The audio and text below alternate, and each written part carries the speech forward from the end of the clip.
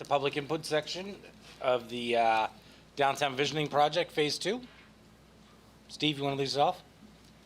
Happy to. Tonight's focus is going to be on the pedestrian experience in the concourse area and in the downtown in general.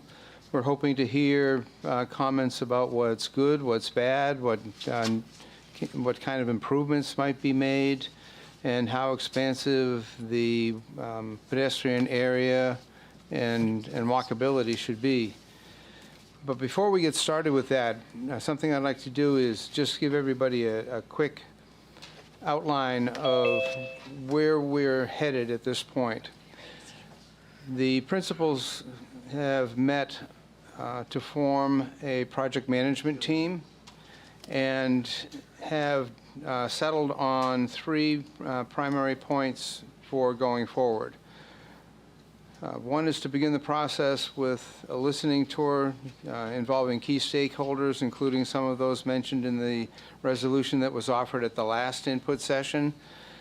And taking that lead, I think that at least the chair, the mayor, and hopefully the council at large will support that kind of an outreach effort so that we can gain a lot of input from different points of view, not just around the concourse, but around the city and perhaps even the greater Waterville area.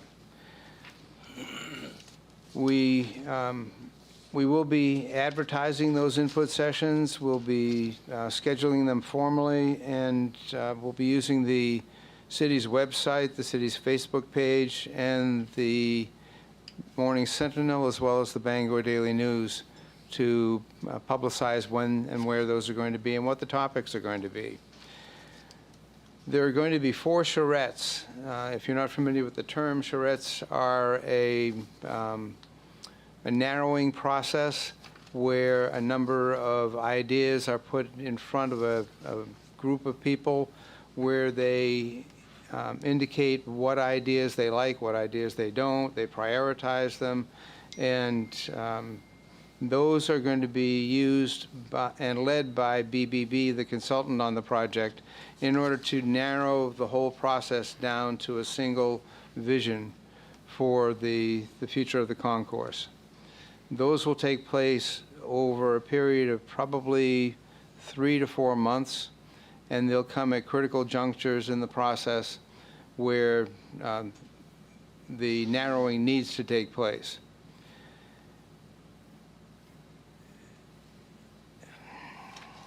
And throughout all of that, we're also going to be providing opportunities for people to submit ideas, suggestions, critiques online. We'll set something up through the city website for that. That's how we're going to proceed. So tonight is about the walkability of the concourse, the pedestrian experience there, and I'm sure that there's a lot to talk about. Any counselors?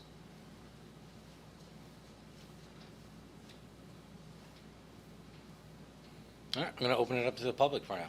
Anybody want to speak on the topic? Now's your chance.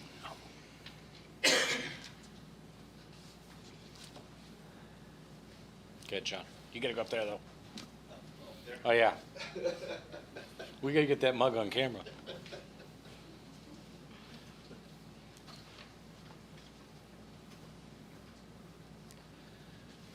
Steve, is this on? There we go. Steve, you spoke to the walking experience in the concourse. Is the purpose of this to also discuss the driving and parking experience, or just the walking experience is question 1? Question 2 comes into play is, where do things stand with regards to the previous rumor or discussion that where the entire remodel of that concourse so that it was more geared towards parking and less geared towards the trees and the landscaping and those types of things, so that it would increase the amount of parking spots and potentially the walkability of that area? Well, I think, first of all, Sean, that the The purpose of tonight's discussion is going to start with the walkability part of the concourse, but these input sessions never stay on a single track, so we'll see where it goes from there. As far as parking and pedestrian traffic is concerned, there are a number of different ideas that have already been talked about among the staff and among the council and the other people who have been thinking about this for a while. Green space is one of those, urban landscape is another, parking is a key and critical issue. And making the concourse, or converting the concourse, you might say, from being an asphalt desert to something more inviting to the people who come downtown. Don't know what that would look like at this point, but there's clearly a desire to go in that direction. Parking is going to have to be accommodated. There's no question about that. But to consume all of the horizontal space that we have downtown with parking isn't going to be a good solution. We've talked internally many times over about Waterville's opportunity for growth is not horizontal, it's vertical. So I think you're going to see vertical ideas come out of this. Where do things stand as far as the entire reconstruction of that? Is there a timeline for that? Is that what is coming out of these meetings? I guess previously my understanding was that next summer there was supposed to be a massive remodel of that. And I had a conversation with you about that, and my understanding is that's kind of on hold, or it hasn't even gone out to bid. And so, where does that whole process stand?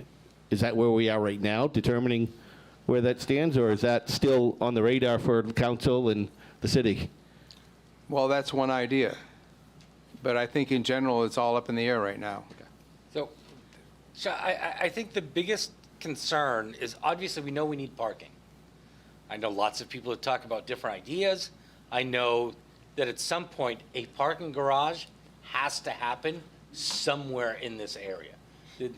But to take the concourse and remove all the green space and turn it into a Hannaford parking lot is not what we need in our downtown. We need a space that is suitable for people to hang out in, that people want to eat at outside, that people want to explore what's the attractions that are down there, and have ample parking for people. Whatever plan we came up with, where we took out 63 spaces from Main Street and we magically found those 63 spaces in the concourse behind things and under things, that wasn't a plan that was sustainable, not for the city, not for its residents or the businesses downtown.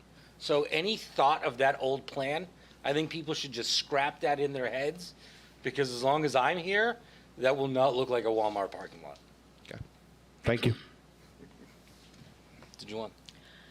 I mean, I think you covered it well, Jay. I was just going to say that parking is definitely squarely in the scope of the study, and we've talked about it at other meetings. But the intent of this is really to reimagine what our downtown could look like, with the idea, obviously, of providing adequate parking for the new attractions that are there, but also providing a pleasant environment where people would hang around and enjoy the space. So, all options are on the table. I think that's the point of the design of this process. The first charrette is going to be completely wide open to input, and we'll go from there and take input as we get progressively closer to a proposal.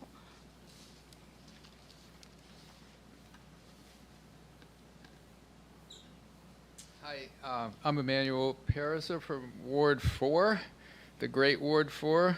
I came up, this is kind of like at 10,000 feet instead of at 2 feet. So this isn't exactly about walking, but it's how we're going to walk through the process of doing the study. So we submitted a resolution to you all last time that we met. And our group, basically the people that have signed and the people that are interested in this being an inclusive project. Really appreciate what Steve said about taking that to heart. And I think we wanted to ask the council if you would endorse the resolution as it stands, basically, that would be a kind of a guiding spirit, not to nail you down to any specifics in it, but just as a resolution that you would endorse it. And I think that's the request. I don't know in what venue you would hold an endorsement vote or however you'd want to handle that, but I'd ask you to consider that, and any questions that you might have, I could try to answer. So I'll jump in and say, we've all read the statement, and it's. I personally am 100% behind the statement of values and purpose and the principles of inclusion. I'm totally committed to making that happen for this process. And there's some wonderful ideas in the document. I struggle with the idea of endorsing something as the city council in a process that involves other partners. I think what I would be comfortable with doing is accepting, highly recommending this as a guide. And obviously, it's the result of a lot of thought and discussion already in the community. The project management team has already reviewed it and has no issue with, anything in here can be incorporated. I think it's just a matter of endorsing has a quality of saying we will do this, and this is an open process. And I think, speaking as the chair of the council, what I would be comfortable with doing is endorsing that the council is committed to providing those opportunities which are outside the scope of the study itself, the foresturettes, the listening tour, et cetera, to make sure that there are opportunities for public input in order to achieve this end. Does that sound acceptable? Yeah, when we were thinking of the word endorse, we wanted to make it vague enough that you could say, and we could hold you accountable to, like, hey, you said you were going to include people, but you've only had one meeting, that sort of a thing. And so I appreciate your position of maybe feeling a little uncomfortable with that word. I don't know if you have another word that you could use. I think it looks like Tom has something to say, but I think this is where it gets down to it, is we can't promise that we'll do every single thing on this yes, list. Understood. Yeah. That's understood. Councillor Klepak. Yeah. I want to echo what Councillor Green has said here. When Mr. Pariser says something like, hold us accountable, I certainly want the process to live up to the spirit in which your document was drafted. However, as I had said previously, you're trying to be at 10,000 feet or whatever, but then, accountability, like it's a little bit vague, and the specifics of how that is implemented, it seems to me that the process that's been outlined by BBB actually is in accord with the language that you have in this document. But, as Councillor Green said, this has got to be an open process. And so, yeah, the process should be one that facilitates the best possible outcome and doesn't get the process sort of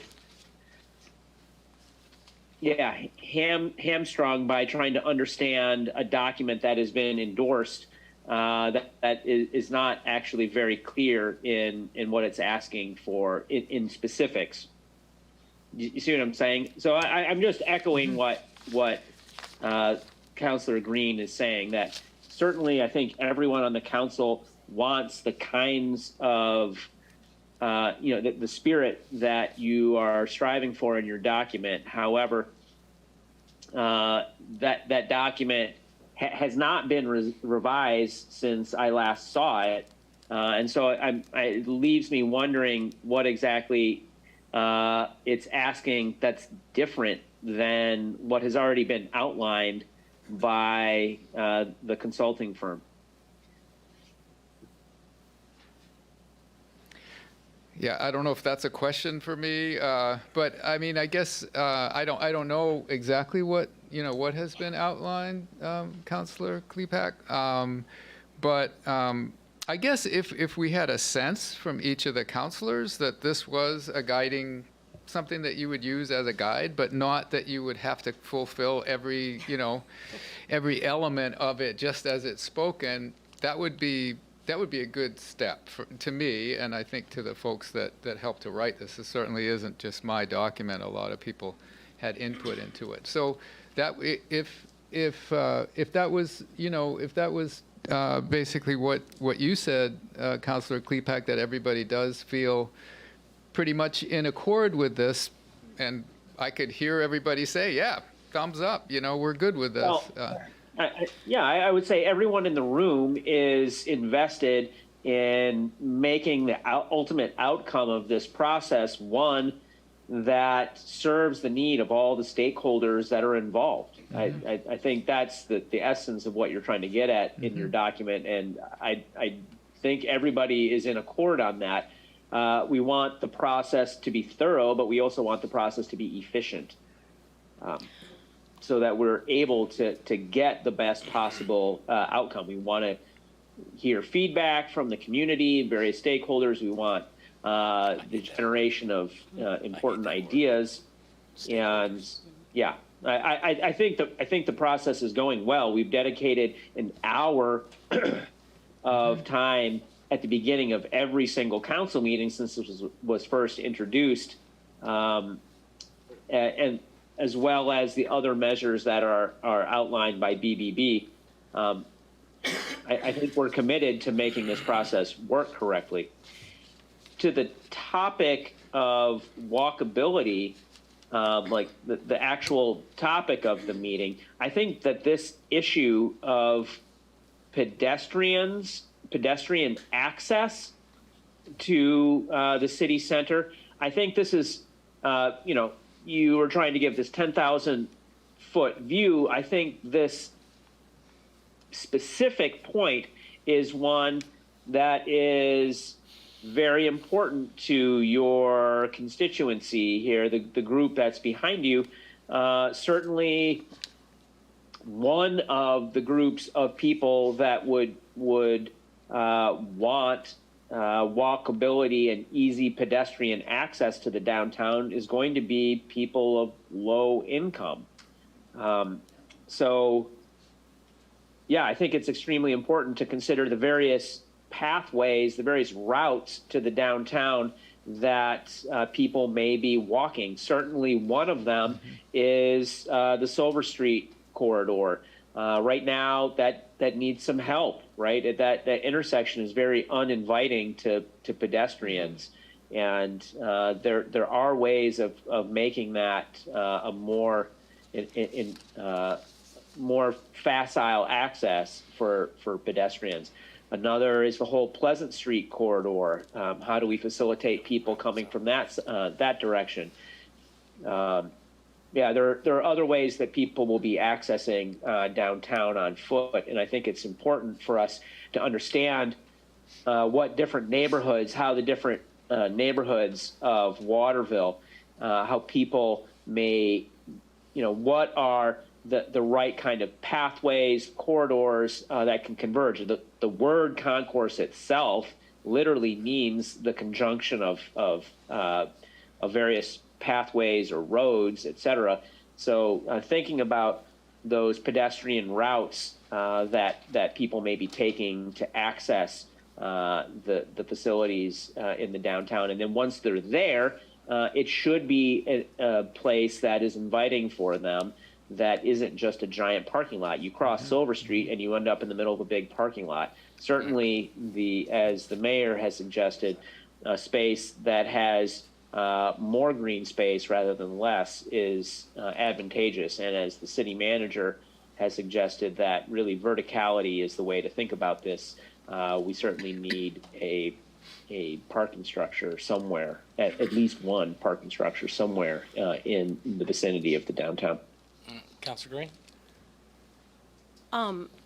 Well, I was just going to say, I mean, I would love to leave this meeting with a general consensus that this document is a wonderful guide for the team in order to create an inclusive process, and that the city is committed to doing its part, which is, will be considerable in making those elements available.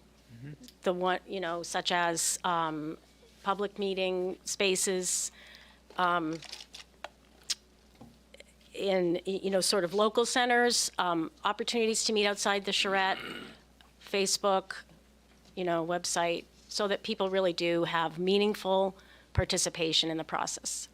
Yeah, well, thank you very much. I think probably people really want to get to sidewalks, but I do appreciate, and, if that's the general consensus. And I don't know if, if we have, like, I do want to demonstrate that somehow. I don't know, if we could have a show of hands that we support it or something like that. I think that, I'd be certainly great with that. Show of hands in support of the document. Oh, they've got theirs up too. Super. So we've got 3 out of 5? No, I think they use their hands as their hands up. Oh, I see. Yeah. Okay. I'm looking at real hands. Okay. Thank you very much. You're very welcome. Thank you. Appreciate it. Yeah. Yeah. So is that unanimous? Or? Yeah. Okay. Awesome. Good evening, everybody. I'm Diane Weinstein from Ward 6. First of all, I'm glad to hear that you all are, going to use our document as a guide. I think that's really appreciative. Thank you so much. First, I'm here to represent Dr. Kim Lane from Ward 4. She's a professor in the University of Maine's Augusta Mental Health and Human Services Department. She was also a signatory to the resolution presented 2 weeks ago, but also has some very specific comments to the pedestrian experience. She could not be here tonight because she teaches. So some people still work, so that she will have other opportunities outside of the evening. I think this would be the type of person you would probably, want to include. Dr. Lane notes, after walking through the new downtown, my concerns are echoed plus. The length of time the lights give to cross the streets. Who is going to fix the beautiful bricks from freezing and plowing them every year?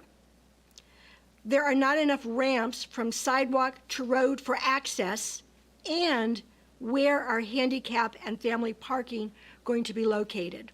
I will leave, I took an email from her and I sort of summarized her points. If you would like them afterwards, I'll give them to the city manager. And she said she was sorry she could not voice these directly. By the way, she noted that she shared all these concerns with the architect at the public meetings in the past. At that time, there was a survey that was shared with the then mayor, city council, Mike Roy, and Ann Beveridge was part of that group. She also noted when Mark Turner was head of Public Works, he mentioned the challenge of keeping the downtown clear of snow and of safety of walking. He stated that the width and the way ice collects on cement is porous, which breaks down and cracks over time. So again, considerations. I also have my own points, and I'll zip through them. I know we have some other people. So again, I'm Diane Weinstein from Ward 6. Optimal pedestrian experience in Waterville. A pedestrian-friendly Waterville will include central gathering spots that are inviting to people from all socioeconomic, racial, and cultural backgrounds. If we notice people who may be homeless using our public spaces, that means we have been successful. A friendly Waterville will be accessible to people who are using public transportation. which requires a central transportation hub that has adequate and protected seating from inclement weather. Pedestrian-friendly means we will have public restrooms that are safe and regularly cleaned for people to enjoy an extended period of time downtown, whether shopping, attending special events, or congregating with others. It should have locations for street vendors, food carts, public seating and tables with some that are shaded and offer protection from the elements. It should include green spaces that are inviting to families, floral plantings that include native species, stores with plant boxes, trees, but please, not surrounded by concrete in the middle of an area designated for parking. It's not very nice to the trees. Waterville also has to have a plan to maintain cleanliness and plenty of garbage cans that can regularly be picked up. And even then, we all know that trash is going to be left on the ground behind stores, in alleyways, and instead of us turning our heads in disgust, we want the city to have a plan to regularly clean these areas. This should not be left to store owners. A friendly Waterville for pedestrians has connecting walkways to easily get to stores, the library, Opera House, Riverwalk Head of Falls, Shoof Center, and a new downtown centrally located community center. I personally would support covered walkways over Main Street that connects the commercial areas to the Shoof and Opera House, and another one that will cross over Front Street to the Head of Falls Riverwalk. A pedestrian-friendly walkway has wide sidewalks with smooth surfaces that are maintained by our Public Works Department, such as the snow plowing, which I know you have committed to at least last year. And I think that's, again, very important to not leave this to our store owners, because the people that pay the price are our pedestrians. We should have, I think, as Kim really stressed, adequate number of curb cuts that are effectively spaced, and these need to be tested by people using strollers and mobility devices like wheelchairs, because too many communities have thought ADA compliance and they throw something down, but truly it wasn't where a wheelchair could easily get to, the height was wrong, and it didn't connect to where people needed to be. And finally, a pedestrian-friendly Waterville will continue to have an array of free events that are enthusiastically supported by our city and are of interest to people young and old. Thank you. Thank you.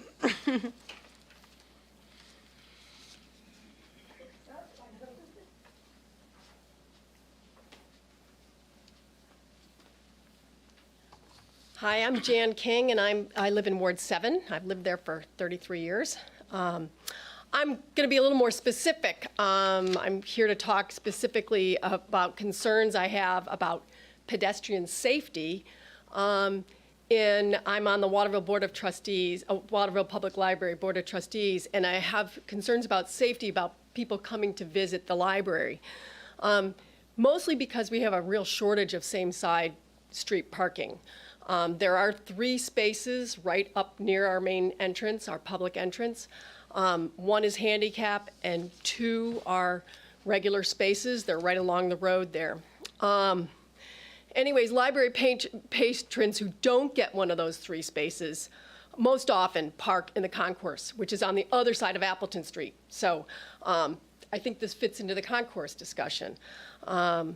Our downtown's become much more vibrant in the last 5 years, and I think that's something all of us really want to celebrate. But it also comes with some growing pains. But the traffic up and down Appleton Street has definitely increased, and it moves quickly. So my concern is about people crossing from the concourse into to the library space. Because Appleton Street has a curve in the road, it's almost 90 degrees, and it's right in front of the library's entrance, and the crosswalk had to be located further down the road because of sight lines, the Department of Transportation regulations.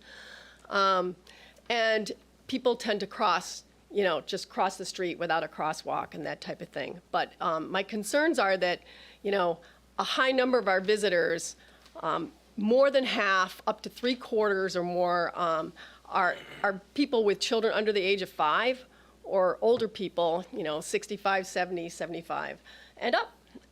So, those people crossing the road, there's concerns there. So,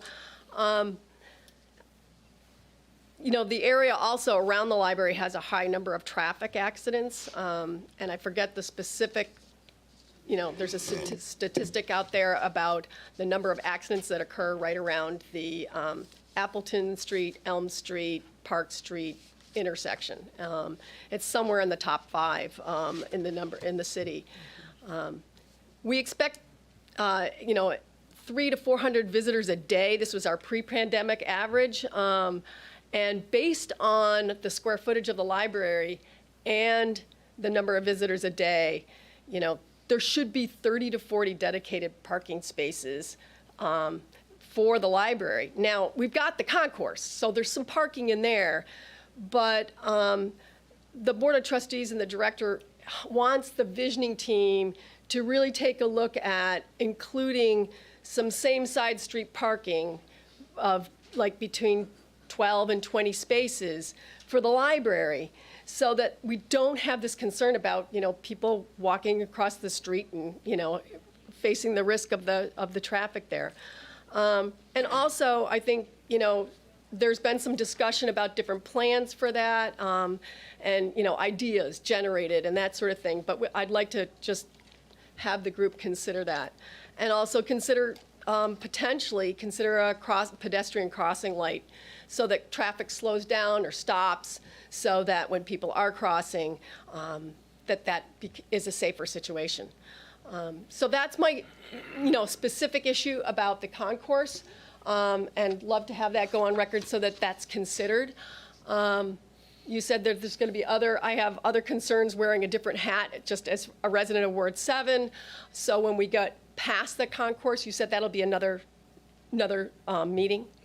Great, I'll address that then. So thank you very much for listening. Thank you.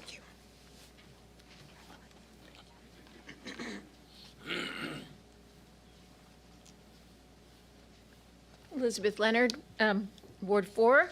And I just want to, I'm so pleased to hear other people talking about the concourse as a place that needs to be welcoming to some of our most vulnerable residents in the community. And I just want to emphasize how much I feel that is true, and from a slightly different angle to say that many of the people for whom that concourse and downtown area are the primary place that they exist in the city, Head of Falls and downtown, the concourse and so on, they are pedestrians, sometimes not by choice, but they have no cars, they walk from here to there, sometimes they have bicycles, but we need to be centering their needs, not just making sure that they feel comfortable, I think, although that's better than not noticing them at all, but centering, making this area of town and all of town and embracing to the people who are pedestrians all the time and have no other choice but to be pedestrians. So I just want to emphasize that. Thank you. Anyone else? Can I get a motion to enter executive session?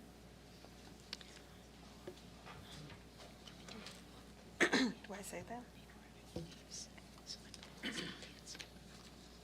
You want to do that right now Steve's. before executive session? Yeah, Steve's on board. Done deal. But Sarah, If there's Sarah's anyone got else. something for me Yeah. that she's not here.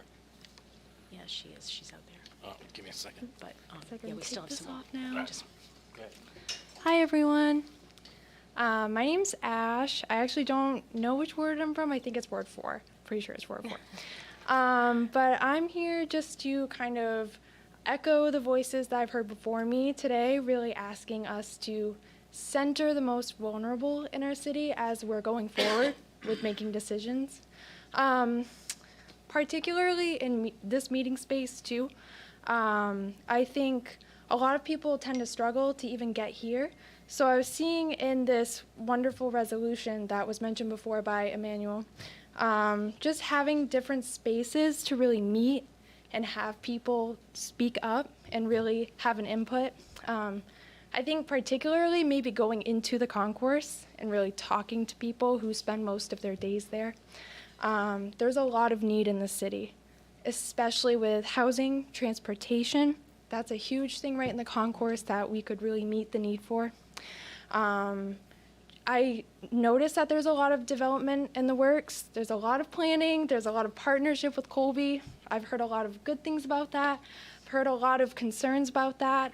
But I'd like to say that as we're partnering with Colby, or the city's partnering with Colby, to make these developments come into place, I think it's really important just to remember who's already here and who has been here for a long time. And yes, there are growing pains, but there's also equity in this. So I just really wanted to mirror those voices and hopefully just, double down on that. And yeah, thank you for letting me speak tonight. Thank you.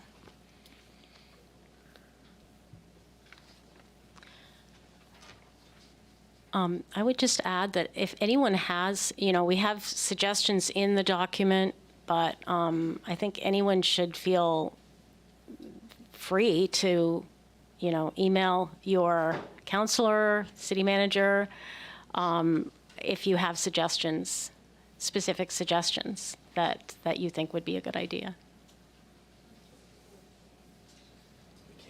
If I can add to that, just quickly, if I can add to that, if anybody has written statements or written lists of things that you're reading from tonight, please email them to my office, and we'll make sure that they get passed along.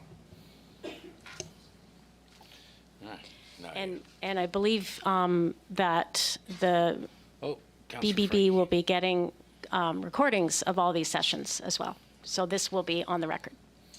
Claude, your hand is up, sir. I believe there's some attendees that want to say online that want to speak. Yes, Nancy Sanford has her hand raised. Shall I? Yes, please bring her in. Yeah, they're all still going to be here. Her family's not. Hi, Nancy. Can you hear us? You're muted. There you go. Yep, I can hear you. As I listen, I'm remembering one of the most walkable cities that I've ever been in. And granted, it's across the country, but it was Salt Lake City. And I think one of the things that made it so walkable was that pedestrians didn't have to, press a button to get a walk signal. Where the crossings and the traffic lights were, it was just on a cycle. And so every it would just go through the red light, green light, yellow light, and the walk signal was just there. And so I think that's one thing that could help the pedestrian experience. Also, I certainly agree with the thought that multiple green spaces or spaces with picnic tables or benches or whatever is a good idea. In phase one of the revitalization, of course, Piscataway Square was reimagined. But as I understand it, the reason that isn't going to get done was because of money. So if there was some way to resurrect what had already been endorsed by multiple stakeholders' input, I think that would make a lot of sense. And also, and I'm not quite sure where you would do it, but if I've heard so many people say, if there was just some direct way to get from the concourse to Main Street, other than going to either end, that would make it a lot easier, for instance, to get to the Opera House or City Hall. And so I'm not quite sure where you do that because, those are all businesses and So I don't know. But, and I also think that somewhere, if we closed, I don't know, I mean, there was talk about closing that section of Silver Street that's in front of Silver Street Tavern in Cancun, or, you know, the upper part of Appleton Street, which would, you know, might solve the question for the library about being concerned about people having to cross Appleton Street. So those are some things that I've been thinking of. So thanks for listening. Thank you. Anyone else up there, Patty? No. All right, now can we get a motion for executive session, labor negotiations? Oh, yeah. Are you ready for the exec? Yes, please.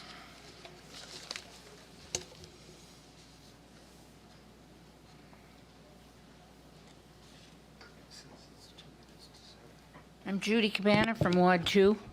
I've lived here all my life, and I'm 83. As far, you mean, I want to know something about the Costangui Square. It's not going to happen? All that we planned last year, all that won't happen? I don't think so. It's not going to happen? Not in the form in which it was, no. And why was that? Just because of Funding. money? Yep. Well, I thought last year when we were planning this all out, that there was the money. What happened to it? Inflation. Everything's just gotten so much more expensive. Well, I know that, but I don't know. That was a lot of weight. We did a lot of work on that. I agree. And it was going to look great and be great. And now it's not going to happen. Well, there must be some things that you can improve on in the Costangui Square green space that would encompass, you know, a few more tables or something that you can do, because that was a lot of work. It absolutely was. Okay. I don't like the sound of that, but I guess I can't fight City Hall. Go, Brian. It's inflation. Brian Clark from Colby College. Can I respond to the Costangui Yes. Square question a little bit? This is a really technical response to it. One of the challenges that we all ran into on the funding for this was with the federal build grant and historic preservation requirements that are associated with federal dollars. The plan that was put forward for Costangui Square did not satisfy the historic preservation requirements that were put forward by the state. That's all to say that it could not be done through the federal program. I think that we're all still committed to doing something in Costangui Square, and I think that picking up that really good process that was held a couple years ago, pre-pandemic, and taking the ideas out of that, I think is the right starting point for that. But certainly something does, warrant happening there. And I think once we get through all the street construction and the federal dollars, we'll be able to get to that point. I know a lot of people that worked on it. I worked on it. Me too. And I know a lot of people that don't know that. And when I tell them, they don't want to be very happy. Yeah, well, I think that it's obviously a huge opportunity in the center of downtown, and one that's, I think, getting more and more important, with every day that passes. Great. Thanks, Brian. All right, we're gonna move some things out of order. Are the police officers ready, Steve? Yes. All right, let's get them in here. I got a proclamation to read first. So I'll get that out of the way, and then I'll do this.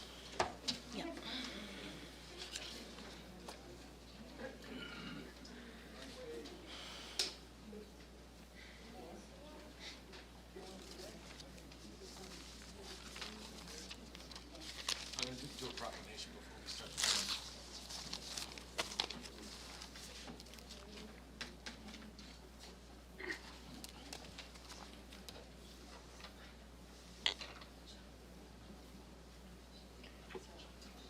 Chief, want to line them up right in front of me?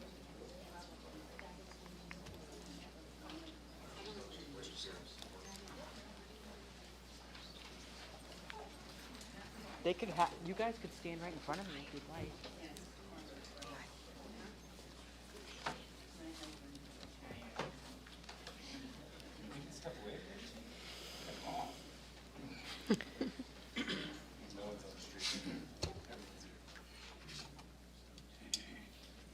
All right, everyone getting in? All right, we're gonna take some things out of sequence, just to get all of this going so we can get our officers back on the street. Memorial Proclamation officers in recognition of Officers Michaela Dodge and Jake Whitley.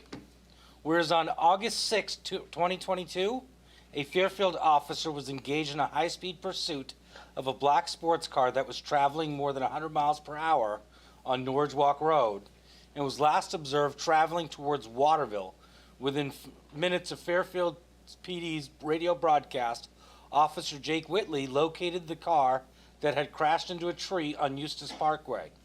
And whereas within moments, Officer Hodge arrived on scene to assist Officer Whitley, and without due regard for your own safety, you immediately removed the injured driver from the smoking vehicle just as it burst into flames and became fully engulfed by fire. There is no doubt that your quick actions saved the life of the driver, who was subsequently treated for his injuries and charged with impaired driving and other serious motor vehicle offenses related to the high-speed pursuit. And whereas your actions exemplified the professional standards that are expected of Maine law enforcement officers to protect and serve those in life or death circumstances, even when it significantly puts your life at risk and your personal safety. Now I therefore, Jay Coelho, Mayor of Waterville, on behalf of the City Council, have the special pleasure of recognizing your heroic actions in the course of performing your duties as Waterville police officers. We are united in saying how much we admire and respect your determination in completing your assignment at great risk to your personal safety.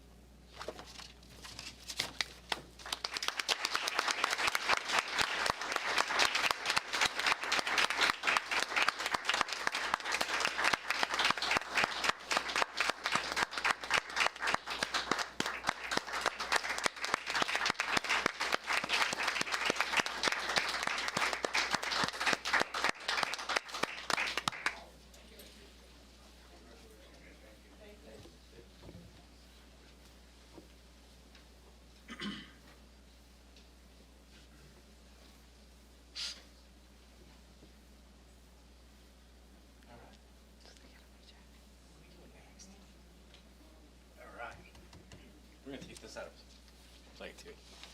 Next, the annual report.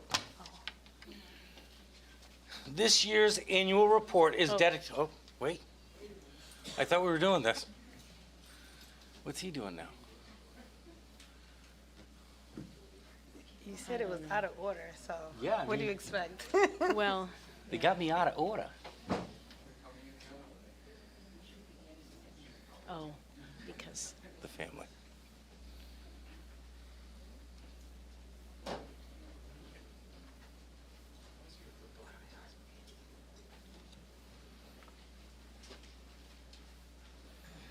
I love that they have beards now, not gonna lie. oh yeah. I don't know if you've noticed, but our police officers now have beards. They have beards or no beard? They do. Not all of them, but a few of them. We changed the policy. Oh, it wasn't required before? We weren't allowed before. Oh, okay. Oh, okay. Oh, we know. I need pictures. I didn't take pictures. Look, where's the picture? Where's the photographer?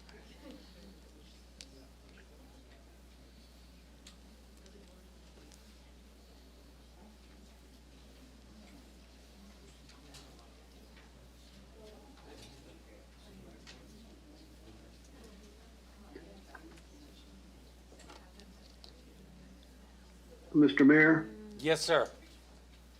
I see that we're a little bit out of order, but wouldn't the Pledge of Allegiance be appropriate? Absolutely. Let's do that. Everybody rise for Pledge of Allegiance. I pledge allegiance to the flag of the United States of America and to the republic for which it stands, one nation, under God, indivisible,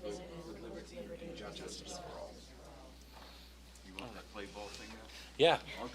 You gotta say it. Are we ready? We are. Okay. All right. So we'll start again. This year's annual report is dedicated to Paula Raymond.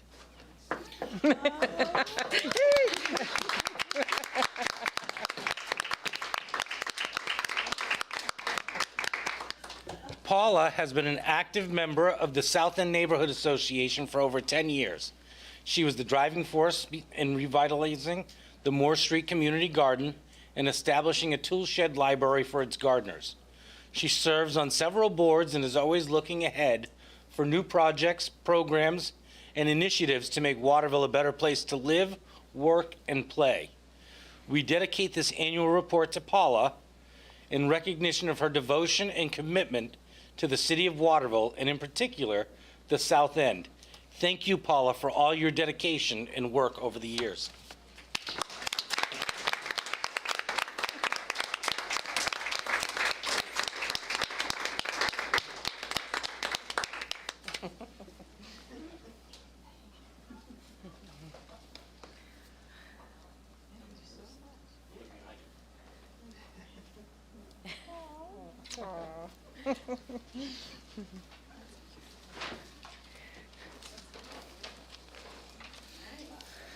All right.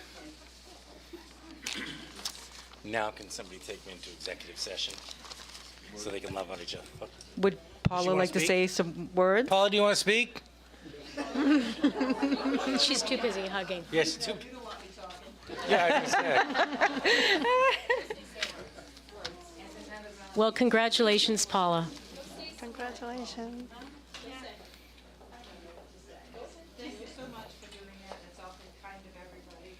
But you know, when you do volunteer work, you're never alone. There's always a bunch of people that work with you.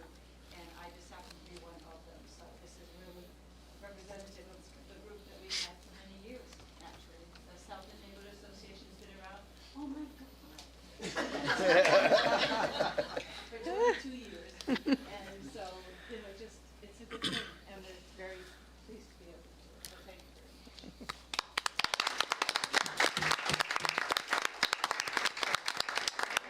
All of you to look behind the house and then go down to the Kennebec River, bring a chair, a book, maybe a snack. Beautiful done. So, yeah, that's I know, thanks. Claude, do you have your hand up?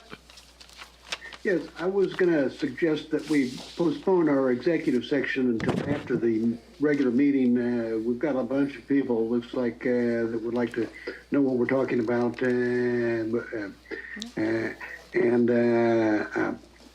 I think we could probably put off the action we're going to talk about until the next meeting. Do you agree, Steve? I think we're good with that. You want to do executive session after the meeting? Yeah, that's good. All right, sounds good. Yeah. Good evening, everyone. This is a regularly scheduled meeting of the Waterville City Council. There are agendas available in the file pockets near the entrance or online on the City of Waterville's website. All items appearing on the consent agenda are voted on in one motion and vote. Generally, these items are routine in nature and do not require discussion. All items listed under unfinished business or new business are voted on separately. First, councilors will be given an opportunity for questions or comments. Once councilors have had an opportunity to speak, citizens will be given an opportunity for comments or questions. Citizens must speak at the podium and identify themselves. Each citizen will be allowed one opportunity to speak and will be limited to 3 minutes. Finally, councilors will be given another opportunity to speak or comment. Citizens who would like to speak on a topic that does not appear on tonight's agenda will have an opportunity to do so at the beginning of the meeting under the public comments section of the agenda. Do I have a disclosure of conflict of interest? Seeing none, I'm going to move on to the first item, which is the consent agenda first. Let's do the Public comment. Oh, yeah, I literally just said that too, I'm sorry. Elizabeth, you get to go first. I'm so excited. I can actually get to bed at a reasonable time tonight. Again, Elizabeth Leonard, Ward 4, and I do a number of things in the city, volunteering here and there, but one of the things I do in connection with the Greater Waterville Poverty Action Coalition in conjunction with the Poor People's Campaign is to manage and staff a weekly giveaway table at the concourse between the Goodwill and the Save-A-Lot. We put up a table every Friday afternoon, almost every Friday. Sometimes it has to be Thursday like last week. And we give stuff away to people who need it. We came to the conclusion in a meeting of the Poverty Action Coalition that sometimes it's hard for people to find the resources that they need, the people who are most needy in our community. So why don't we take the resources that we can to them? So we do. We set up a card table, we set up some chairs, we have information, we have food, we have cleaning supplies, we have hygiene supplies, we have Waterville City purple trash bags for people that use them. We have, as I said, bottled water, juice boxes, dog treats, cat treats, and always, always very much appreciated. I pick up at least 20 or 30 bananas, and the fresh fruit is very popular. We have been funding this through many donations from me personally, and also from the Community Investors Project at KVCAP and other things. Sometimes people just come up to us and give us $20 or $3 or $1 or $100.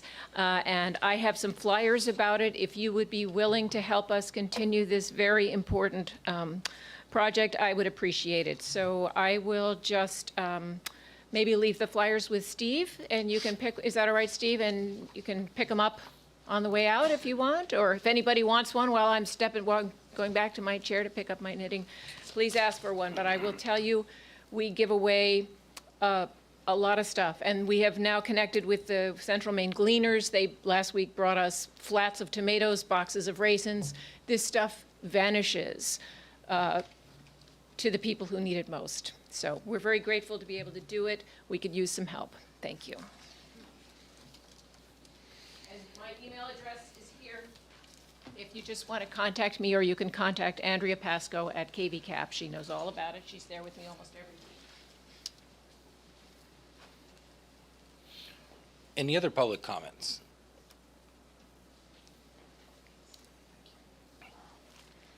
Anybody online that has public comments, Patty? No. Now I'll move on to the consent agenda. Can we get a motion? Motion. Motion to approve? Yes. Hey, it's been a week. I know. Is there a second? Second. Roll call, Patty? Counselor DeBrito? Yes. Counselor Klepak? Yes. Counselor Green? Yes. Counselor Frankie? Yes. Counselor McCormick? Yes. The vote is 5 in favor and 0 opposed. I am going to give you that it's like the Monday is Tuesday ever. Do we have a motion to read by title only? So moved. Second. Counselor DeBrito? Yes. Counselor Klepak? Yes. Counselor Green? Yes. Counselor Frankie? Yes. Counselor McCormick? Yes. The vote is 5 in favor and 0 opposed. All right. So we're moving on to old business. Order 196, 2022.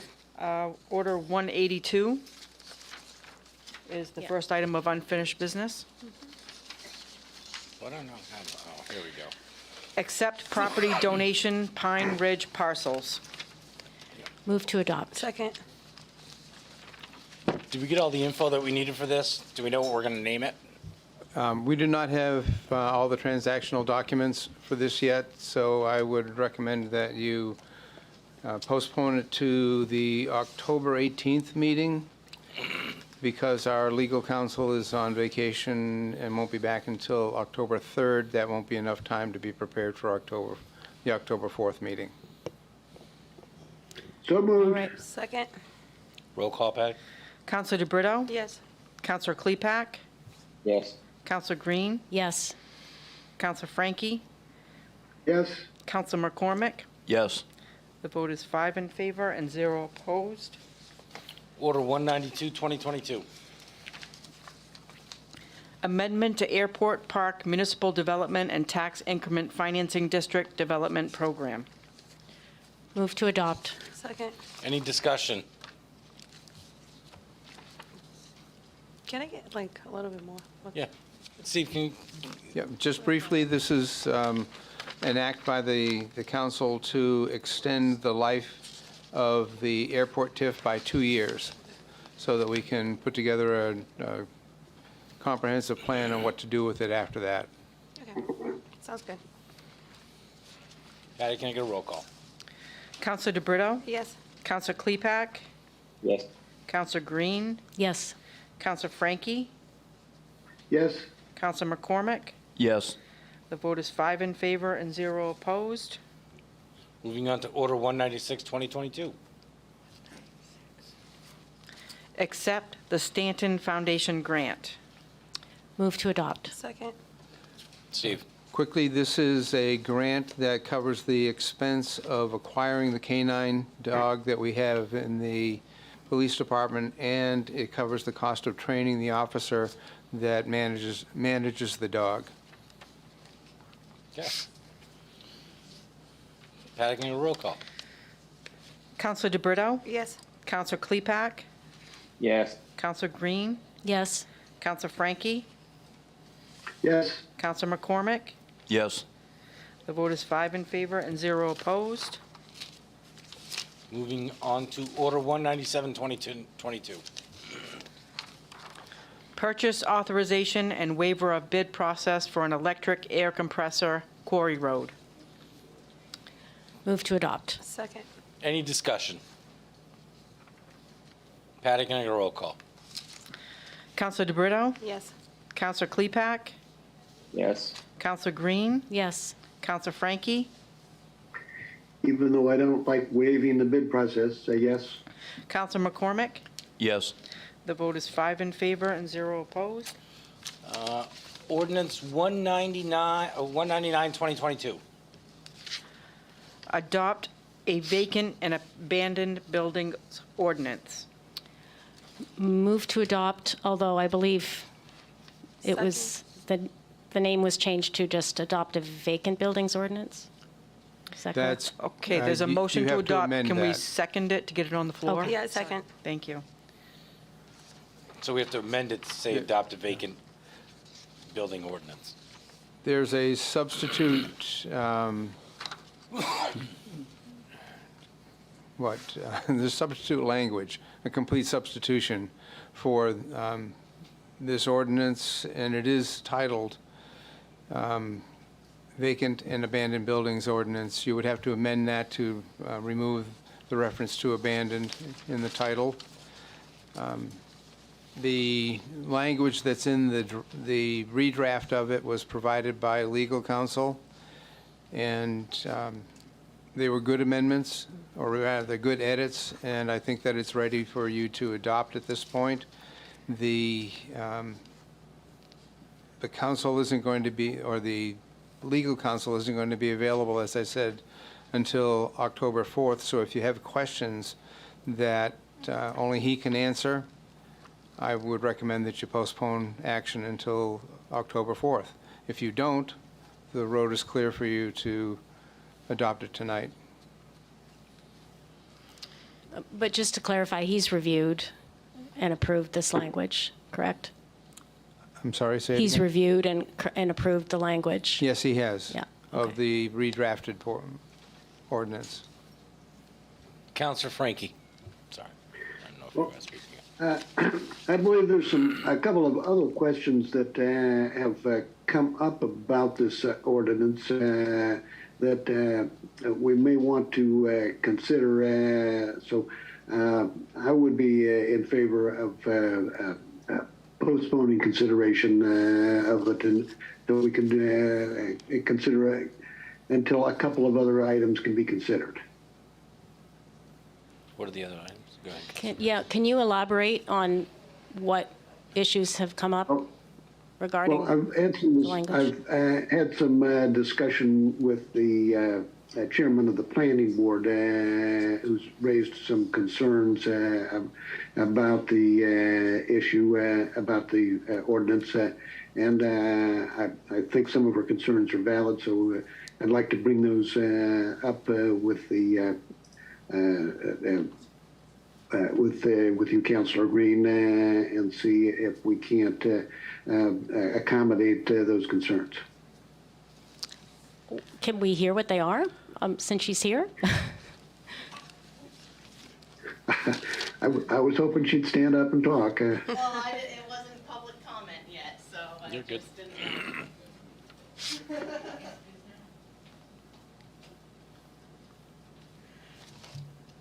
Good evening, everybody. So I did email Claude about some of my concerns on the ordinance. I also ended up speaking to Steve in passing, and I have reviewed the revisions. The comments that I had sent to Claude were based off the original ordinance. However, my biggest concern, I think, is that this ordinance wasn't sent to the planning board for review.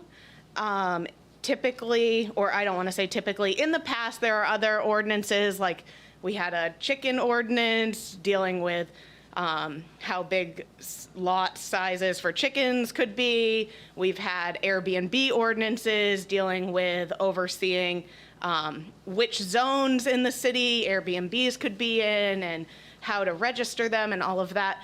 And all of those ordinances came to the planning board for public hearing. We gathered lots of input from the public actually on those, and then usually send back comments to the council about them. So I was just wondering why this hadn't come before the planning board for some discussion, or if it's possible. I wasn't aware that that was a requirement of the council to do that, and it's been vetted thoroughly by the housing committee. It's been reviewed by the code enforcement officer and the planner and the city manager. So, and we've had, this is the second opportunity for comment. Well, so if there are concerns, then they can certainly be addressed, but we haven't heard any. Yeah, so last week I actually couldn't attend, but I was out of town. However, when I watched the recording, this was the first I had even heard of the ordinance last week in the meeting. And I am the chair of the planning board, so my assumption is there's a lot of other people that maybe haven't heard about the ordinance yet that might want to have some input. And there wasn't any opportunity. There was no public comment last time. It was just moved forward to this meeting. It kind of just got adapted and sent, and there was talk that there were going to be revisions, and then it was sent here for that. So I don't see that there has been a lot of public comment about it. Some of my concerns are around some of the current developments that we have going on in this city, historic properties. I have concerns that this could lead to some unintended consequences for specifically more commercial type spaces and bigger projects like we're seeing at Seton and Lockwood, and those types of projects take years and years, and I'm wondering how this ordinance would affect those. And then looking at the revised ordinance, it's really unclear to me what a vacant property even is. So I think perhaps members of the planning board might be able to give some insight using the comprehensive plan like we do with other zoning changes and things like that. I'm just really just wondering how it affects other current developments that we have going on. I'm also concerned about the time frame being 6 months. Right now on the planning board, we're giving developers pretty large variances to do construction, as much as 5 years when typically the ordinance says 2, because we're seeing so many people having trouble with supply chain issues, with workforce issues. It's just become very difficult. So if people are undergoing renovations to a building or to their apartment buildings or what have you, it's going to be very difficult, I think, for them to complete those within the time frame of this ordinance. So those are just some of the concerns that I think could be talked out at the planning board, and we could maybe send some suggestions back to the council before you adopt it. Well, I have no issue with you know, tabling till the next meeting so that we can have further input. I guess I don't see why the input can't happen before council, why it has to happen at the planning board, but, because this will delay it another, you know, 6 weeks or so. But, you know, obviously, we want to hear any concerns that there are about Yeah, it. I think that the planning board is typically the board that's involved with future development of the city and zoning, and we try to be, you know, experts of the comprehensive plan and all of that. And it typically is in our wheelhouse to talk about these types of things, and in the past we have.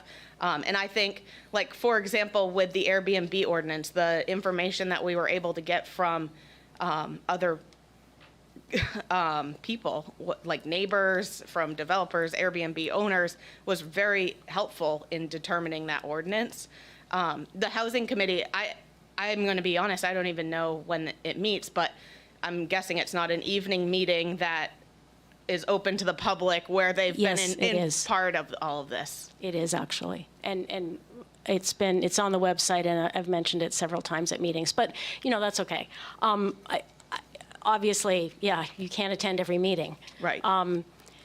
So I guess I just also want to say that I take your point. I think that there are different types of buildings to be addressed under this ordinance.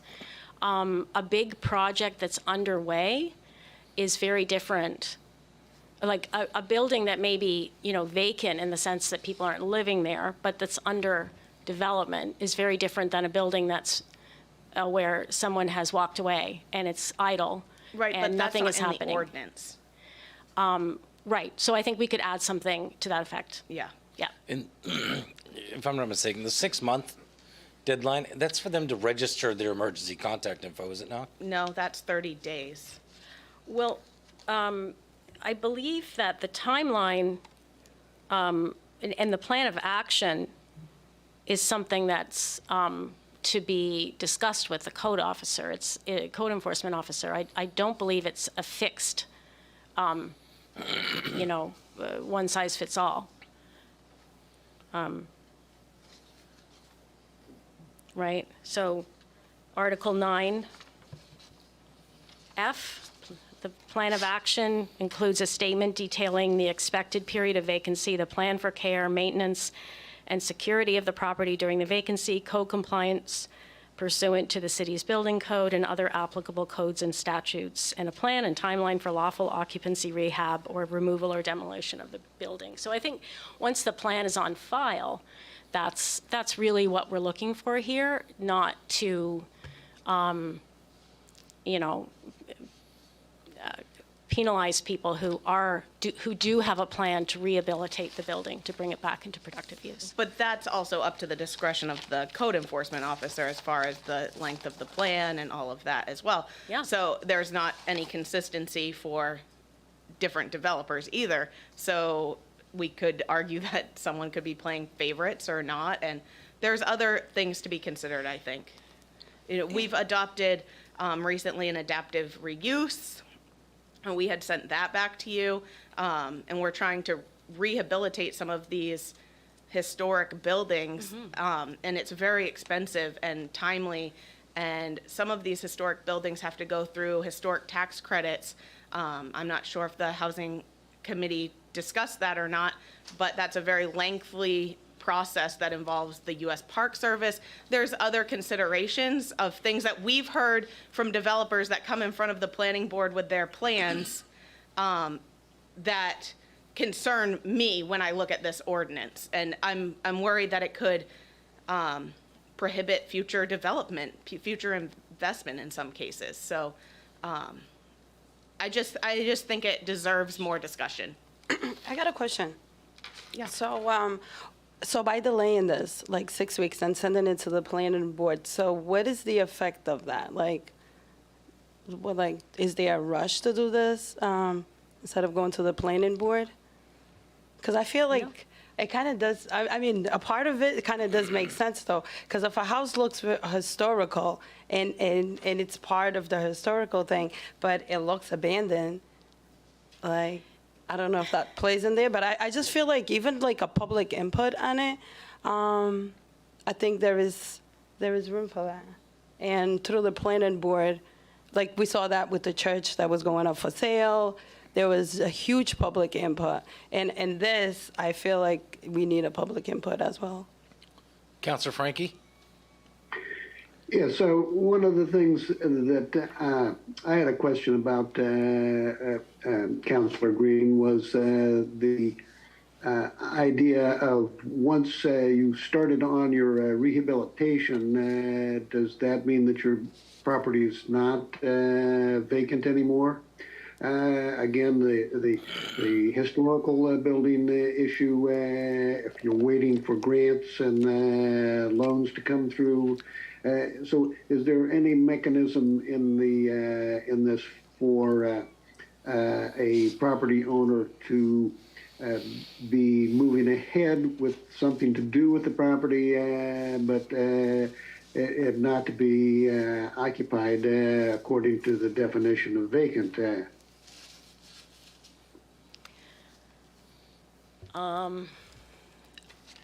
So if I understand your question, you're asking, is there, I guess I didn't quite follow the question.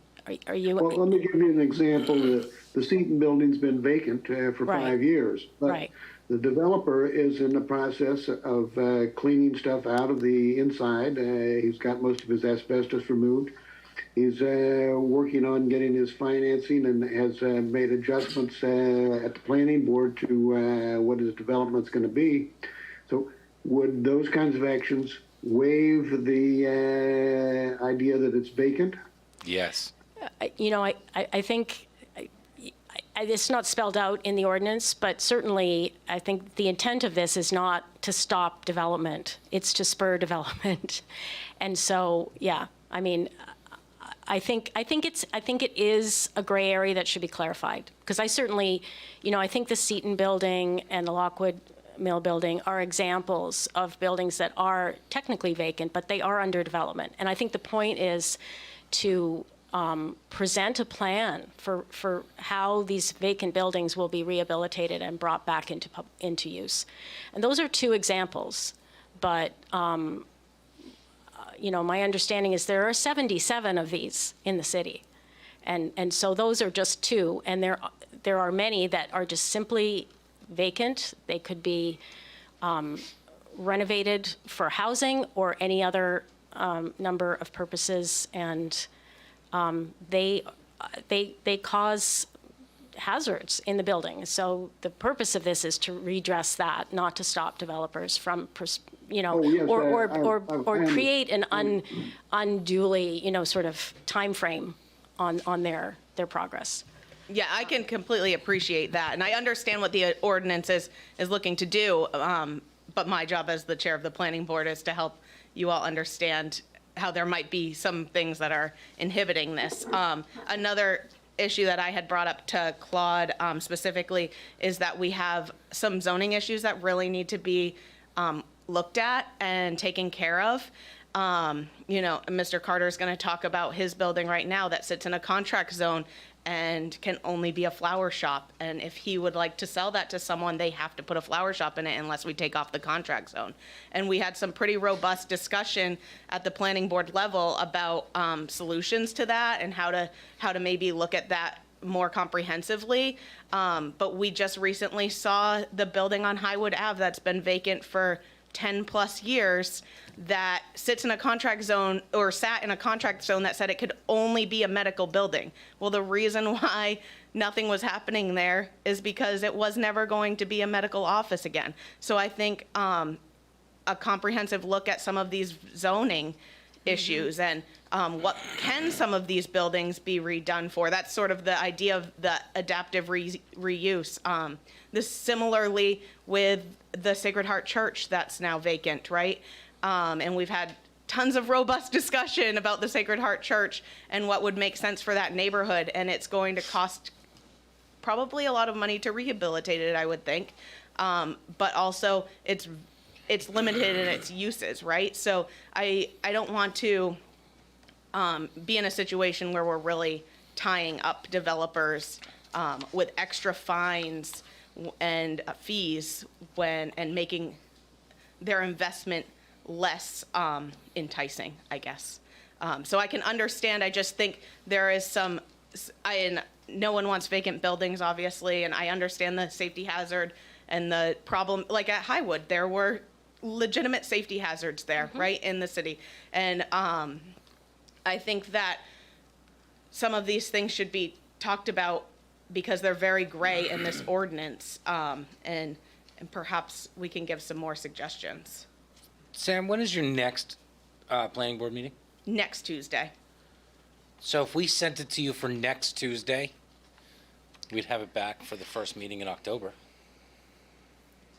Yeah, it would have to be a discussion item, I believe, because we wouldn't be able to put 2 weeks' notice of it, whatever the notice requirement is.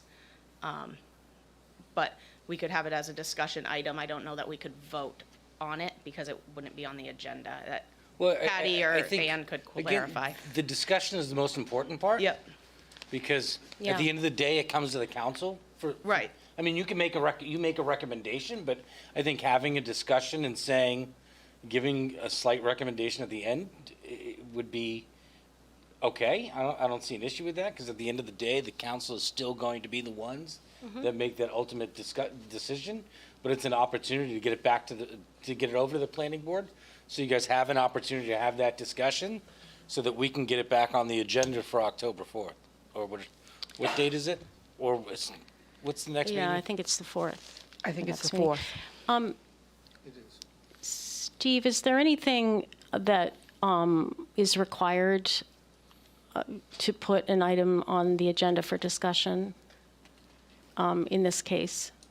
You know, like notifying abutters wouldn't really be relevant in this case, but. Are you speaking about the planning board's agenda or the council's agenda? The planning board, if we ask the planning board to include this as a discussion item at their next meeting.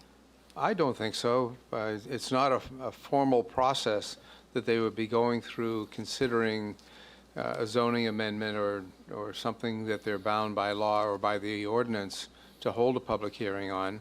So if they were to just have an open discussion and publicize it so that people are aware that it's going to be happening and then come back to you with thoughts and recommendations, that would seem to be a useful passage through that loop.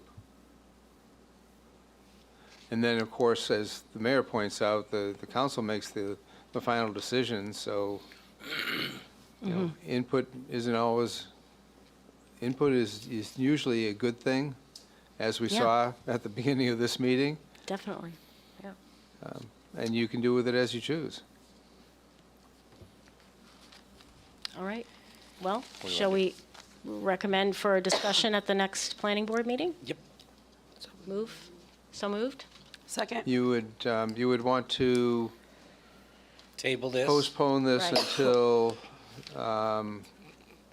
The first meeting in October to give the planning board an opportunity to speak about Yeah, it that would- at their next meeting. that's a pretty short timeline, but yeah, you could do that. I mean, if there are questions, then when Bill Lee comes back, we can ask those. You can then extend it out to the next meeting after that if you have to. But it gives them an opportunity to come up with any sort of objections or ideas that they'd like to add to it. Run those by Bill, and then. I mean, and I don't think there's a huge hurry either, but it just, We have been this kicking the has can been- down the road for a we long have, time. We have. It has been discussed many times, and with other, it's based on an ordinance in Sanford. So we had the code enforcement from Sanford come and speak to the housing committee, and we've discussed it quite a bit, so. Councilor Frankie, your hand is up, sir.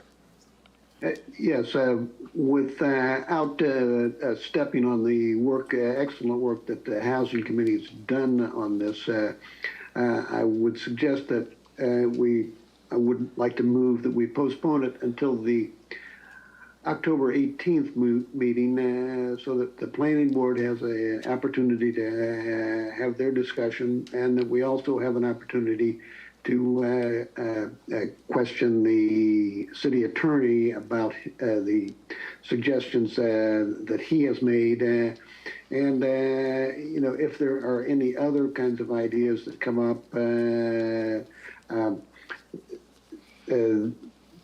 given ample time.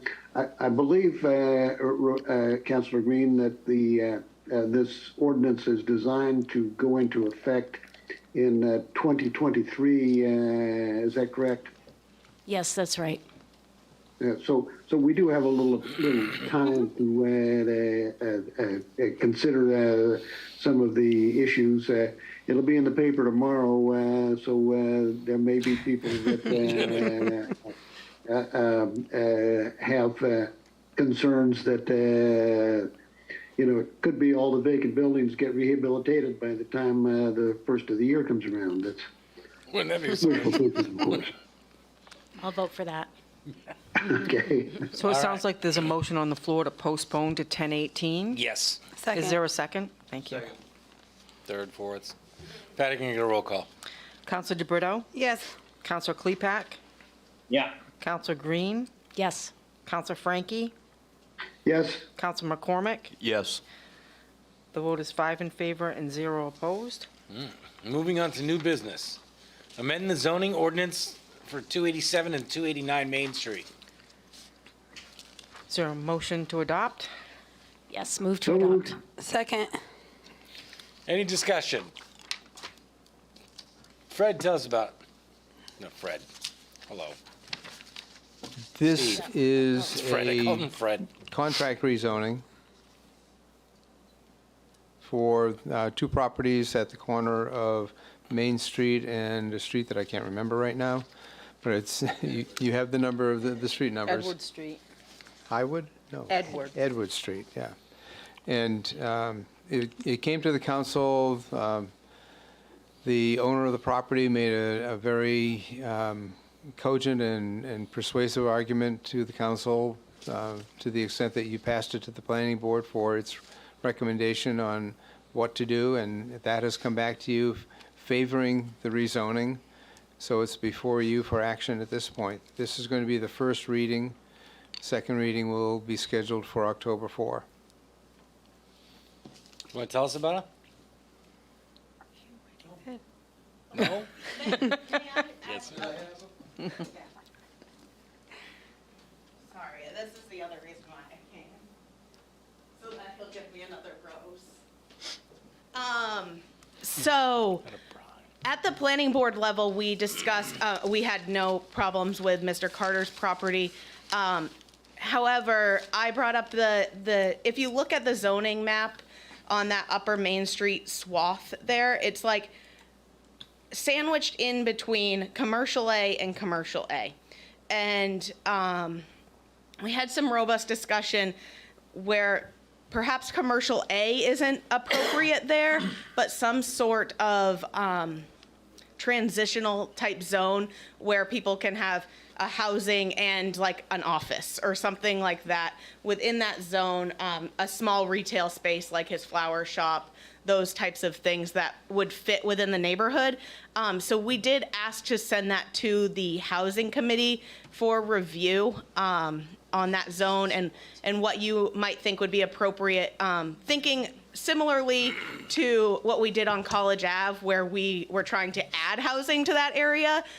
In this area, just making those buildings a little bit more attractive for people to use for mixed use as well, because it's a pretty highly traveled area. So why wouldn't you make it CC1?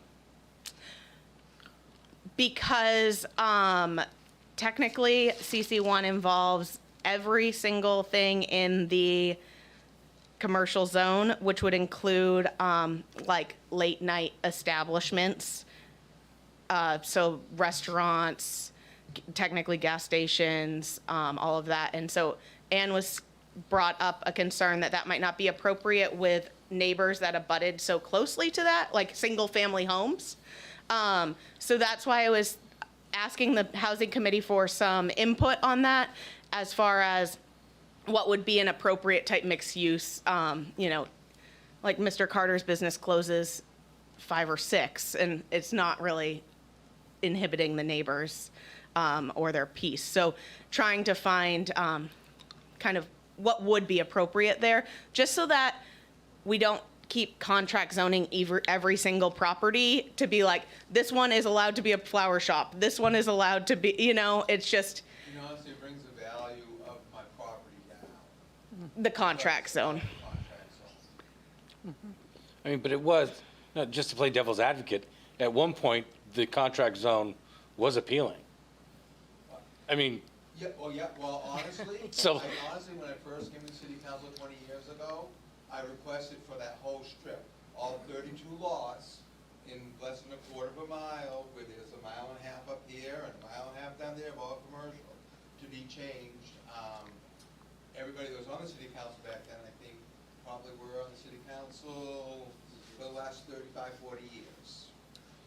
So nobody was looking to do anything. no, they wanted it to look like it did So 30, at that 40 years point ago. there, I went for just myself instead of the whole community. All right.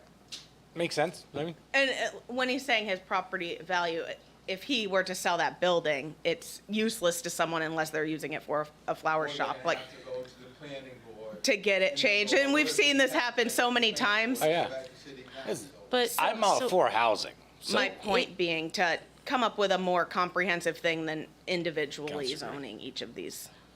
Yeah, I mean, I think that's a large question. If we're talking about doing away with contract zoning, that's different than about creating. Not doing away with contract zoning. Okay. I just mean this particular swath is like multiple contract zones. There's like the Children's Museum, the bank, the flower shop. It's just like piecemeal.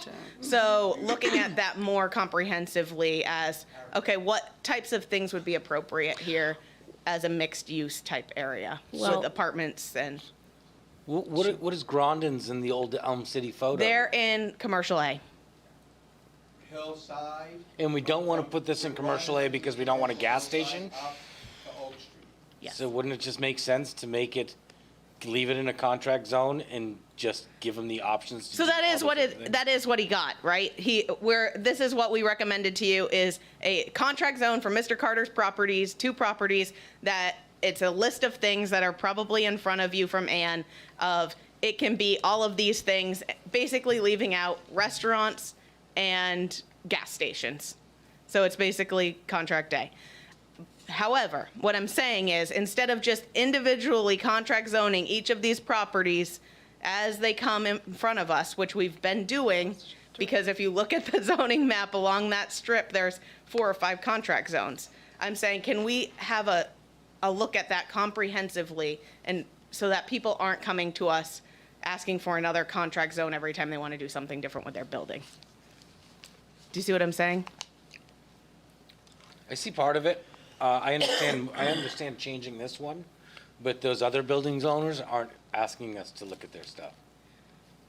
Right, but zoning needs to be done more comprehensively than just individual spot zoning. I mean, I get that. That's how we did that's how we did the CC1 on College Ave. Right. I'd love to see CC1 go down Water Street all the way. There's lots of discussions that we want to have, but So anyways, that's my point of standing up here and saying we very highly supported Mr. Carter's project. It did not see any issues. There was no, we did receive comments from his neighbors asking clarifying questions. Once we explained what he was doing, it was not a problem. And they had no problem with any of the types of businesses that we were allowing in that contract zone. But I'd like to see this looked at in a more comprehensive way, and I'm hoping the Housing Committee can give us a little bit of feedback on that. Certainly, I will definitely bring it up at the next meeting. Thank you. when you looked at the property where the flower shop is, what abutters were notified? All of the abutters are notified. So anybody that directly abuts the property or across the street. That's what we're legally required to notify. All right. I mean, when we looked at the CC1 zone, for example, anybody that abutted this proposed zone Yep. was notified or across the street of the zone. Like, so it's a much bigger conversation, obviously. But I just think it would be better specifically for the property owners. You know, if something's contract zoned as only a flower shop can be there, for example, you can't have an apartment upstairs, Yeah. right? So And that makes no sense. this 'cause- could be tying people's hands and with unnecessary. No, if you have room to put an apartment upstairs, by all means, please do so. We need the housing. Any further discussion? Patty, can I get a roll call? Counselor DeBrito? Yes. Counselor Klepak? Yeah. Counselor Green? Yes. Counselor Frankie? Yes. Counselor McCormick? Yes. The vote is 5 in favor and 0 opposed. Order 202, 2022. Approve use of funds to support Mid-Maine homeless shelter programs. Move to adopt. Second. Any discussion? This is this is an order brought forward by Councilor Green to fund at Right. $15,000 some of the programs at the homeless shelter. This was included in the budget discussion for FY23, but at the last minute, it was taken out because that item in the budget was reduced from $100,000 to $50,000, with the footnote in the budget that it could be taken up after the operating budget took effect. And here it is. All right. I got a Any- question. Go. So what is this 15,000 for? So this is $15,000 for the homeless shelter to operate a warming and cooling center, which they've been doing since last winter. It was a proposal that was made in connection with the FY22 budget, where we invited outside agencies to submit proposals for the funds that we had allocated, which we had $55,000, which we were going to award to agencies that submitted proposals. The ARPA committee reviewed those proposals, and since there wasn't enough money to do everything, they recommended, thinking that we would have another $55,000 in the budget, that they be funded in fiscal '23. But that budget, and there were two items that got bumped. One was the Alphon Youth Center, but that one was already in the budget because it rolled over from the previous year, because it had been funded the previous year. So this was just kind of hanging out there, and as we discussed what could be, we had our budget discussions about what we could cut, what we needed to cut, and what we could afford. We never really took up that question of whether we could fund it. So I believe it's a very important item to fund, especially as we head into winter. This is a service that is a low barrier service, so it is not funded by other forms of support from Maine State Housing. And it was recommended by the ARPA committee. Again, not ARPA funds, city funds, but I recommend that we adopt it. As do I. I mean, we're talking about it in September, which is nice, and not in the middle of winter. And we're going to need them to have that cooling and heating capacity this winter. We talk about community centers. We talk about all sorts of things. These are the types of things that we would get from a community center. Therefore, in lieu of not having that community center, you still have to have a place where people are going to stay warm. Mm-hmm. We do not need people freezing outside this winter. Thank you. Anyone else? Patty, can I get a roll call? Counselor DeBrito? Yes. Counselor Klepak? Yes. Counselor Green? Yes. Counselor Frankie? Yes. Counselor McCormick? Yes. The vote is 5 in favor and 0 opposed. Resolution 203, 2022. Move to adopt. Second. Sorry, appoint city councilor to serve on the finance committee. Move to adopt in second. Thank you. Any discussion? Who's the counselor going on the finance committee? There, if I may, there's a question as to whether it should be one person or two people.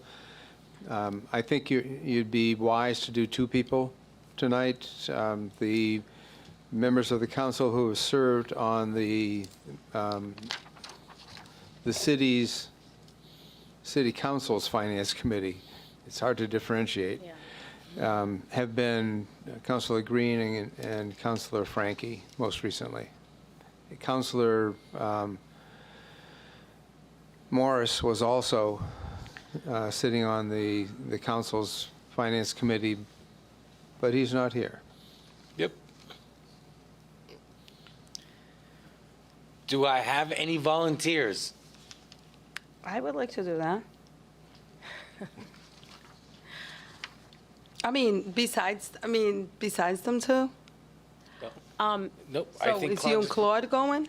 Well, I would volunteer to serve. I think Claude was going to volunteer as well. But It's for the school. Yeah. Flavia makes sense. You're like a parent ambassador, and you do stuff with Educare. Mm-hmm. Might be helpful. Just Can we need two. alternate? Charter doesn't say that. You can only serve for 2 years, though, according to the charter. You only serve on the finance committee for 2 years? Yes. This is the city finance committee, the charter Right. finance committee. okay, So this isn't for the schools?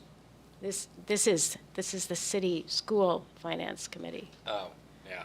I don't, Well- I'm not on it, so. What? Well, I'll take that back. So up to you two. I just thought like you guys were adding on top of you two, of you and Claude. No, I'm tempted to let you take my place, Flavia, if you want it. That was a question for you, not me. Oh, yeah, I guess. Okay. So are we talking about the city committee or the city school committee? City school committee. All right, I would like to be on that. So do I get a motion? What? We need a motion to fill in the blank. Okay. So Claude's So one. actually, I think. Good. I think I would like to be on it as well. Okay, Flavia's out. Councilor Frankie and two? You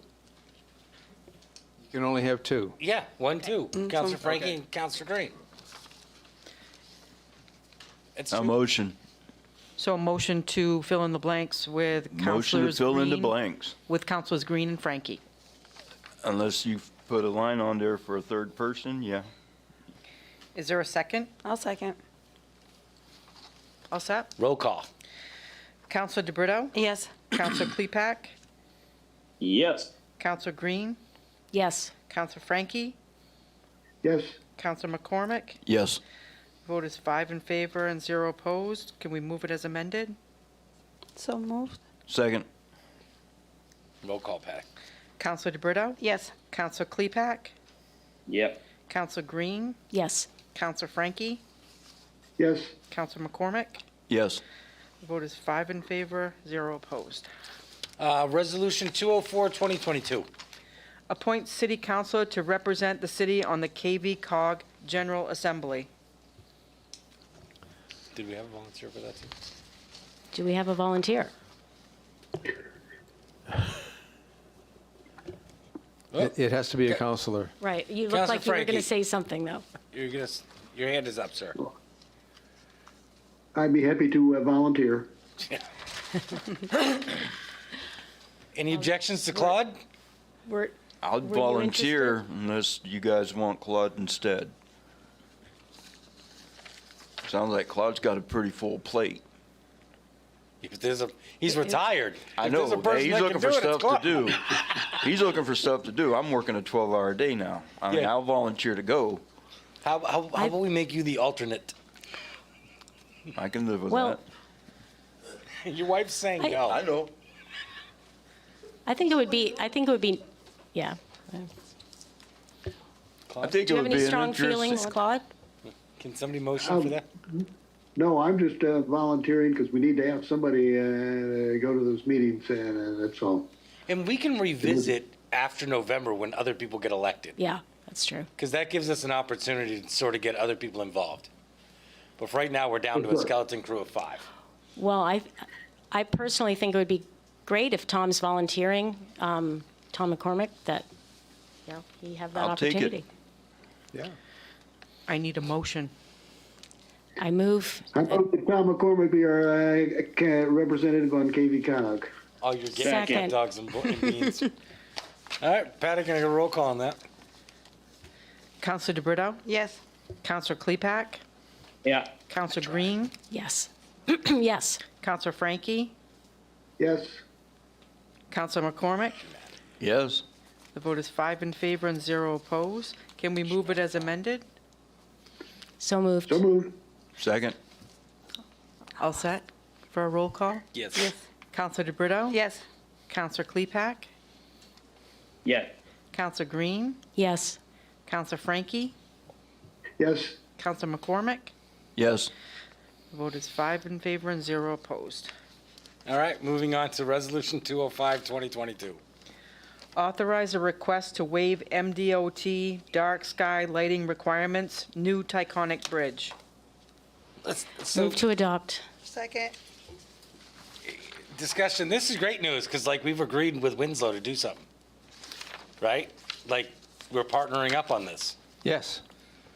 Yes, and there's more to the partnership since we last talked as well. All right, tell me about the partnership between us and Winslow, because I like when we do stuff together. This is an $88,000 proposition to put lantern-style lighting across the new Taconic Bridge, similar to the style of lighting that will be in downtown Waterville. The town of Winslow has agreed to pay half of that expense. They've also agreed to pay half of the cost of electricity to run the lights. I had a conversation today with Councilor Green, who raised a couple of interesting points that I already have answers on. One is, will the lights be dimmable? They can be made dimmable, yes. And that's something that the electric company that is working on all the lighting is looking into right now. The idea that she put forward was that after the active hours of the evening, if the lights could be dimmed somewhat to have less of an effect on the dark sky issues, and not to have the runway that you refer to on Temple Street shining brightly all night. I think that's a good idea, and that can be done. The other question that she asked is, can they be turned down and then be subject to motion sensors to brighten up when somebody is passing across the bridge, or even somebody walking downtown or something of that nature? They believe that can be done. They're looking into it right now. I just want to say that this idea came from Councilor Klepak, so thank you, Tom. Tom, now you got to help me with the 2-cent bridge. Sure. That one's coming next. Yeah. And we're coming to look at you, Winslow. But seriously, I think this is a great solution to mitigating the having to adopt non-dark sky lighting, dark sky lighting would be more environmentally friendly, but this way at least we could turn the lights down for part of the time and keep the aesthetics. If I may add to this, it's not just about mitigating light pollution that is an enormous problem, not just for human aesthetics, but to wildlife.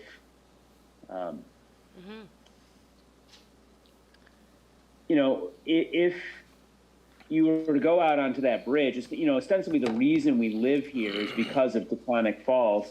If you were to go out on that bridge and try to appreciate the falls, you know, sitting there under the glow of a bunch of LED lights or whatever,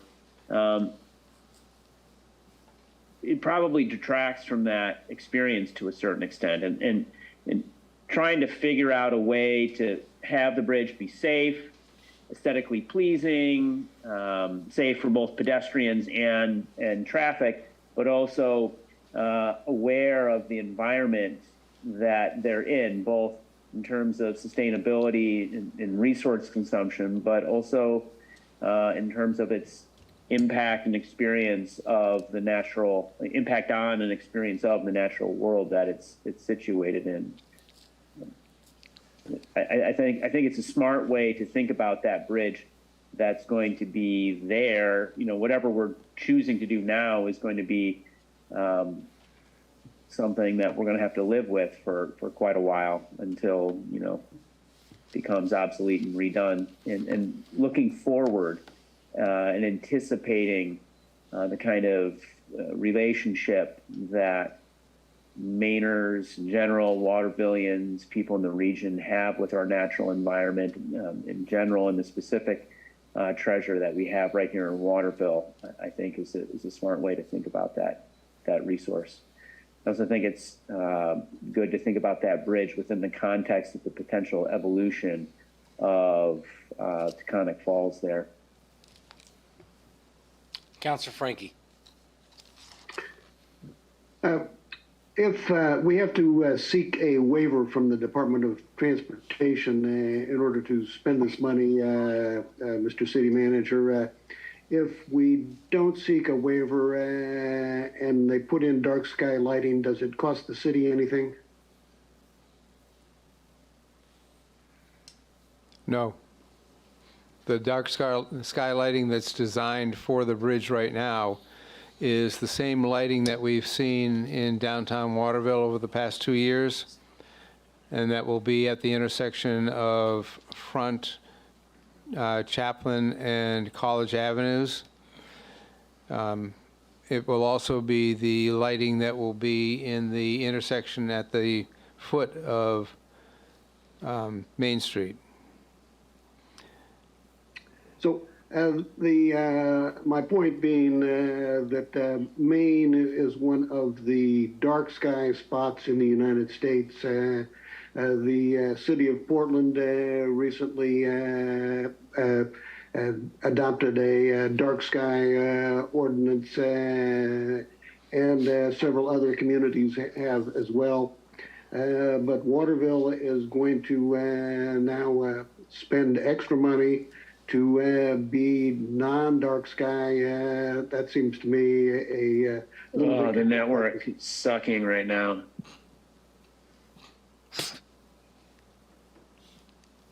Oh, there we go. Go ahead, Claude. Claude, you can finish your thought. Oh, yeah, so I'm just, I don't see why we should spend money, extra money to be non-environmentally friendly.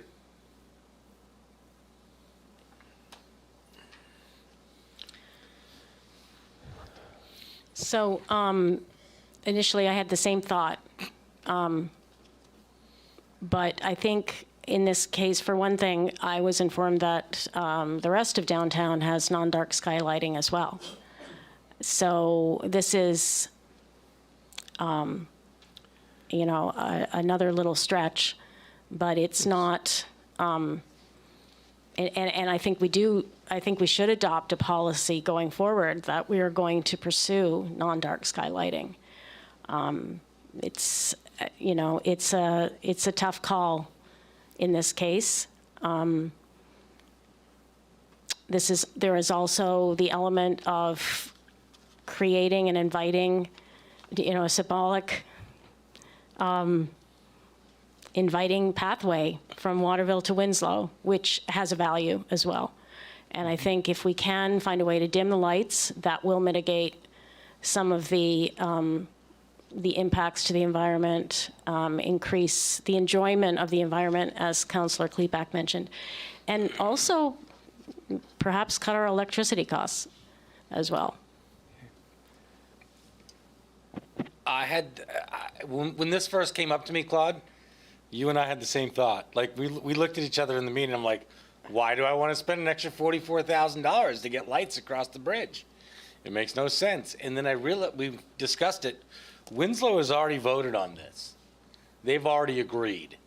And I think it's important that if our partner on the other side of the river is trying to help us and they're willing to pay for a portion of it, and they're willing to pay for some of the electricity costs, that it behooves us to sort of take that olive branch that's been extended and use that as a pathway for more bridges, pun intended.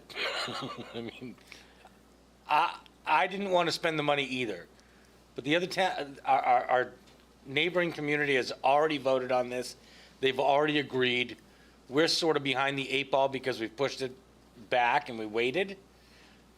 But I think $44,000 is a small price to pay to agree with Winslow on something. It just is. What do you think? Anyway, I'm going to go to a vote. Go ahead, Steve. I'd like to add just that the continuation of the downtown Waterville design across the river, I believe is going to have a bonding effect between the two communities, and I think that that's how Winslow is seeing it as well. Yep. It wouldn't surprise me if Winslow carries that theme down Bay Street, because they're working hard right now to redevelop that area into what they're referring to as a future downtown. That, and we're all gonna save Christmas together. Did we tell you that? It's coming. Watch. Big dreams. Watch. You laugh. It's coming. So can we just clarify where the funds would come from? Yes. Two possible sources. One is that we have a $150,000 contingency account associated with the downtown renovation, and it's not clear that all of that is going to be used in the process of finishing up this project. So there may well be residual funds there that we could apply toward this. And if not, or if that doesn't cover the total cost, we can pay for it out of TIF revenues, because this is clearly an economic development kind of concept. All right, Patty, can I get a roll call? Councilor DeBrito? Yes. Councilor Klepak? Sure. Councilor Green? Yes. Councilor Frankie? No. Councilor McCormick? Yes. The vote is 4 in favor and 1 opposed. All right, moving on to councilor comments. All right, can we adjourn to go to executive session? Oh, well, we have to go to executive session, then come back and adjourn, correct? Well, if you can make the motion in such a way that you cite the law and state that you will only come back into regular session to adjourn, there'll be no additional comment or votes taken, then we can close this meeting down and just go into the executive session. All right. All right. We just gonna say executive session, labor negotiations, MRSA, some weird symbol, 405-6D. So there's a motion to go into executive session? Yes, there's a motion to go into executive session with regard to MRSA 405-6D, and we will